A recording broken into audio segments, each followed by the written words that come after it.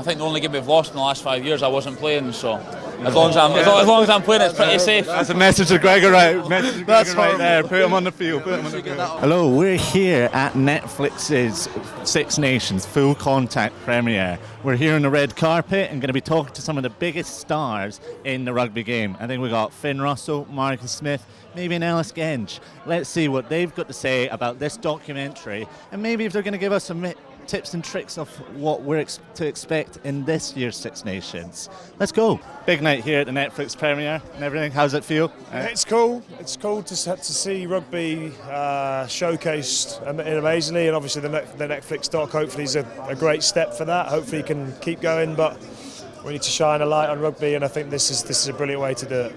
We've got one of the best rugby players here tonight. Yeah, of course. The 6:15 scrum half was it's good to get the invite, to be fair. It's fantastic to see you come down and everything. What does this Netflix documentary mean to you? It's exciting. It's just a way, as someone from social media, it's exciting to see ways of sports trying to appeal to more audiences. I mean, we were at Twickenham a couple of weeks ago for a hide and seek with the Sidemen, which was quite exciting to see that it's being opened up with the access like that to creators. And I guess this is another way in which more people can get some eyes on some rugby. Did you do well hiding in Twickenham right now? I came top 10 until I got found by one of the workers who asked me what I was doing. So yeah, and I did all right, not too bad. Laura Woods is just slightly to my right, and I'm trying not to freak out right now. But, we'll see if we can get a couple of words of her. How are you doing today? I'm very well. How are you? I'm grand. Thank you so much. How are you feeling? The red carpet. Hey, I tried to jump on and everything, just to act bigger than I am and everything. How come you're the only one, pretty much, apart from Joe, that's allowed on the red carpet? Just don't tell anybody, honestly. They're gonna realise, and I'm gonna get chucked out in any second. Like you've done that. You've just literally gone, I'll go over this rope, thank you very much. Got a chance to the best players and everything. Get front camera and everything. Show mum. I'm with Laura Woods right now. Oh, who do you actually work for? Do you really work for World Rugby? Yeah, World Rugby Studios and RugbyPass. Yeah. I feel like you're filming yourself as well. Yeah. You're all in one production crew. Yeah. I did a fan interviews for the Rugby World Cup and everything. It's a hard job, but someone's got to do it. You're out of business, aren't you? And do you edit it yourself as well? Oh, I do it as well. Yeah, of course you do. I just want a quick catch up and everything of your face off at the Harlequins Bath game. Obviously, there's a wee bit of scraps afters and everything. Are we all okay now? Yeah, he wouldn't give me the ball.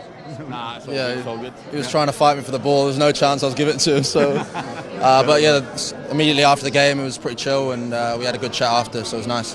What does the Six Nations mean to you, Laura? Six Nations to me is one of the most exciting competitions I remember watching when I was younger. All of that. I mean, I used to play rugby when I was little, so there's a sense of familiarity. I think for me, there's a sense of nostalgia with it as well.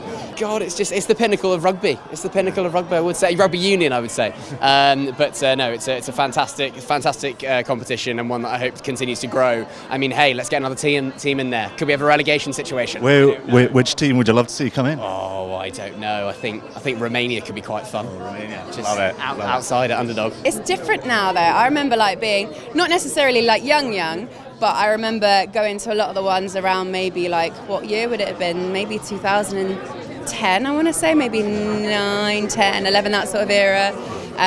It's different now. Scotland used to be a bit rubbish. Italy might as well not have turned up. Yeah. These days, the playing field is so much more level. It's anybody's game nowadays, isn't it? What's this documentary going to show in comparison to other documentaries in the past? Hopefully, you don't see an awful lot of behind-the-scenes stuff in rugby. I think some coaches like to keep all that stuff quiet and silent. So hopefully, not all the secrets, but just enough to love for the listeners that love it, the viewers that love it, but also the ones that haven't really come across rugby. We want more people watching our sport. Everything, because we haven't really ever done anything like it, have we? Yeah. So it's new for everyone, including us. But what an exciting spectacle! From a rugby perspective, is there anything that you don't think fans would usually see from this documentary? I think we're quite abrupt with each other, quite blunt. Some of the language we use with each other, but obviously everyone's friends and gets on so well. But we just talk to each other in a different way. It's exciting. It's just made really well. You know what to expect when Box to Box make a production like this. You know it's going to be good. But the characters in rugby, I do think are very different. Yeah. I just think they're your next door neighbours, aren't they? They're your mates at school or mates at university. They're so relatable, and I think rugby's got this thing where it will always feel, I hope, it will always feel more relatable than other sports. I've worked in loads of different sports, and there's just something about them that like they are elite sports people, but they are still so much more like attainable. Do you know what I mean? You could stand next to them and you can have a really good chat and not feel like, wow. They don't sit on a pedestal like other stars and everything. You're much better at this than me. How does that compare to like obviously interviewing footballers and everything? I think it's like, for most of the part, the footballers, all the sports people in general are great, but I think it's more the teams around them. Yeah. So I think in football, the level of money in football is astronomical. So the protection around each individual player is also astronomical. Yeah. And with rugby, I hope it never loses that charm where,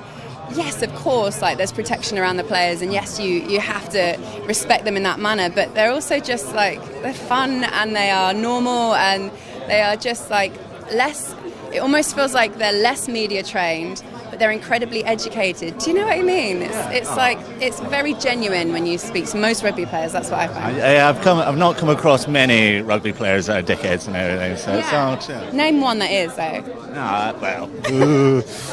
Can't go naming anyone else, but anyway, obviously we're all talking about the big Netflix documentary, but there's also All Eyes on the Six Nations coming up, 18 days away now. What's the predictions? Have you got any bold predictions coming across? Obviously England, mate. England. No, it's going to be an amazing Six Nations. I think you've got a few teams probably a little bit disappointed with how the World Cup went, so a few teams want to prove a point. Some big names, some big captains that aren't available for a few of the teams, so it's going to be huge. Looking forward to it. What have England got to prove? England have got to keep going. I think we built an awful lot of faith back in the shirt during the World Cup, and England go into every Six Nations wanting to win, so I'm sure they'll be doing exactly the same this time. Do you guys have to prove at the Six Nations? I don't think we really have to prove anything, to be honest. Obviously, within the group, there's some intrinsic factors that we probably want to put right over the last few years. Haven't done as well as we can in the Six Nations, but in terms of as a group, it's all about what's going on in the camp, not what's going on outside. Obviously, we want the fans on our side and get the country behind us again like we did at the World Cup, but I don't think we've got anything to prove to anyone. What's your predictions? Who are you backing? God, I mean, it's France or Ireland again, isn't it? Yeah. England and Wales are probably nowhere to be seen. Scotland, they're doing well, but they can't quite kind of like punch through. Well, I'd say so. The Scottish, we're holding the Calcutta Cup. Yeah, exactly. So you're probably going to be more likely to go higher than we are. You need to come and steal it off us. Absolutely. So we need the Calcutta Cup back. I think that would be a good Six Nations for England. There's always those personal tournaments and everything. The Calcutta Cup. Scotland are going to go and try and hold on to it for the fourth year in a row, which they haven't done since 1896. Is that a record you want to try and stop? It's a massive game, isn't it? Massive game. Always try to win, and that'll stop the record. So yeah, I guess they go hand in hand. How would you describe a match day at Murrayfield? I love it. I love Murrayfield. Probably one of my favourite stadiums, to be honest, because everyone actually hates England, and it makes a good atmosphere. We're not naive to that. I know everyone probably goes up a gear when they play against us, so it's something that we need to get used to. I think the only game we've lost in the last 5 years, I wasn't playing, so as long as I'm playing, it's pretty safe. That's a message to Gregor right there. Put him on the field. Put him on the field. As long as I'm playing, it's pretty safe, you know. What about that, Marcus? Do you want to try and break that record? Yeah, obviously, there's a lot of history behind that game. I think it's at Murrayfield this year, which is always a special place to play, and we're desperate to win it back. Any bold predictions? Any predictions for this upcoming Six Nations? I don't do predictions. None. No, I don't do them. I don't. Too scared. Because also, what would I even say? Where Then lose at the moment. Then lose again against Scotland. Yeah, but I wouldn't say Scotland would win it though, would you? I would. The whole thing. Bias on my side, but yes. All right, where do England finish for you? England 5th. Do you think France finish first? France, no. Ireland will take it again. Andy Farrell, you know. A couple of words about him. British and Irish Lion head coach. Oh, he's great. I used to know him back in the day as well, when he was with England. What was he like? Yeah, really cool. Really cool, quite serious. Yeah, really nice guy, like a brilliant dad as well, for all accounts. He didn't give too much away. I know I've just said that rugby players give everything away and are great, but it's different for him though, isn't it? Different kind of, Speaking of the Farrell family, what are you going to do without Owen?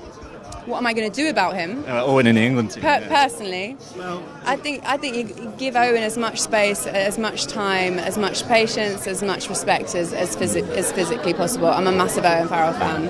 I work in the media and I understand how things can get completely torrid. So what he's had to endure from me watching from the sidelines, I think was way too much. With all the heat. Yeah, obviously Owen has decided to do that, take a break for him and his family, which we're all fully supportive of him. He's a brilliant player, brilliant bloke, and yeah, whatever support that he needs, the lads are here for him. Any other games in this Six Nations tournament that you boys are looking forward to? I always love playing France. I like the way they play. I think they're exciting. There's always loads of tries in that game, and it's going to be a special night. What about you, Finn? Yeah, France as well. After me living there, it's always a big game for me now. But I think after their sort of disappointing World Cup, they're looking to have a good Six Nations now, so that'll be a tough game. Ireland will be different this year without Johnny Sexton, so we'll see how that goes as well. But they're all big games, aren't they? So it'll be good fun. Obviously, we're talking about a lot of players leaving. There's no Alan Wynne-Jones this year, no Johnny Sexton. But talking about the young blood, is there any young stars that you think are going to get a call up? Yeah, I think there's some brilliant talent. You see that in the Premiership at the moment. Bit biased, but I'll talk about a couple of Harlequins lads. Obviously, you got Joe Marler, the stalwart and the prop, but a young lad Finn Baxter coming through that when he's played this year, he's been brilliant. He's got a massive future ahead of him. And another one from Quins, well, two actually, Oscar Beard and Will Joseph, two backs that are electric, lightning, got everything to make it at the top level. So yeah, watch this space for them too.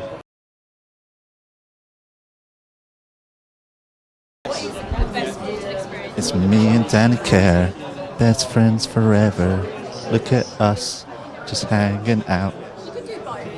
Woo.